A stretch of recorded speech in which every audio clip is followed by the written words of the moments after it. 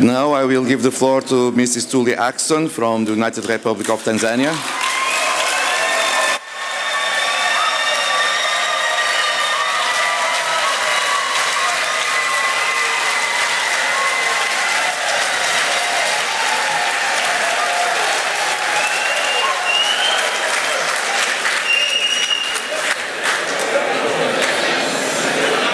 Ms. Tulia, please.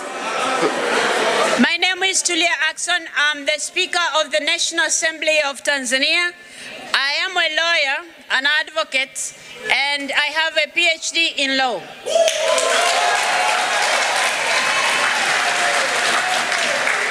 I served as the Deputy Attorney General of the United Republic of Tanzania at the age of 38, and I also became Deputy Speaker of the National Assembly of Tanzania at the same age, and until last week, I was the President of the Africa Geopolitical Group in the IPU. I'm humbled by the endorsements made in support of my candidature from the East African Community, the Southern African Development Community, and the African Union. Colleagues and friends, I'm acutely aware of the weight of responsibilities of the office and multiple challenges that the world is facing today, ranging from the effects of climate change, interstate conflicts, poverty, and the threats of peace and security that have wide-ranging ramifications for developed and developing countries alike. I am confident, however, that if I'll be elected as president, I will have you, colleagues, to work together in shouldering these responsibilities.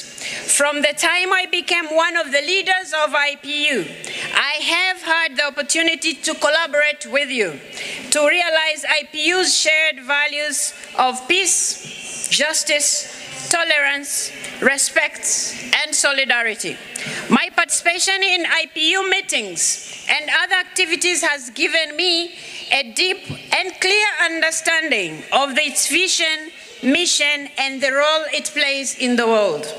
As the immediate past president of the Africa Geopolitical Group in the IPU, I'm proud of our contribution towards achieving the objectives of the IPU, especially in addressing the challenges facing the world with a view of ensuring sustainable development.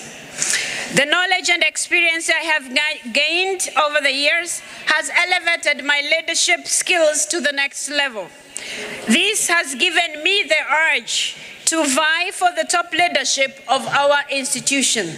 It is with deep sense of humility that I stand before you to request for your total trust and support for my candidature for the position of President of IPU.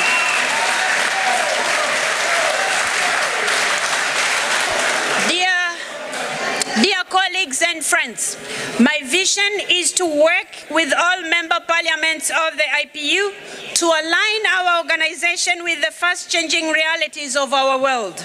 In that regard, if elected, I will have a number of priorities that I believe will be key in making our organization work effectively for its membership. Transparency and accountability will therefore be at the forefront of my leadership. In this dynamic world, IPU must be relevant to its membership and the world in general.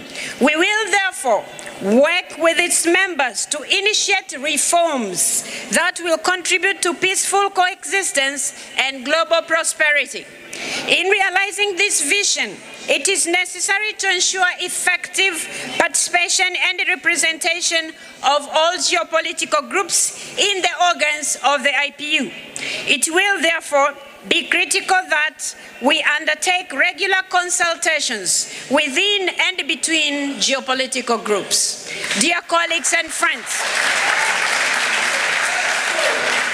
colleagues and friends, no organization can be efficient and relevant if it is not inclusive in its work and structure. If I become IPU president, I will champion equitable representation in national parliaments with a particular focus on women, youth, and other marginalized groups. Agendas such as artificial intelligence and its impact on democracy, human rights, and good governance will be given appropriate attention in our discussions. Overall, my leadership will work tirelessly to contribute towards a more inclusive, sustainable, and peaceful world. IPU has objectives and values that are shared with other global and regional institutions. Hence, my duty shall be to strengthen the IPU's cooperation with the United Nations, regional interparliamentary organizations, and other key stakeholders. Dear colleagues and friends, in leading this organization, I shall always be guided by the decisions and resolutions of the IPU. Implementation of these will be an important tool to ensure that IPU attains its objectives and stays on course as envisioned by its members. This thus ensuring effective implementation of our strategic plan of 2022 to 2026, which seeks to make sure that the IPU is more inclusive and our national parliaments as well.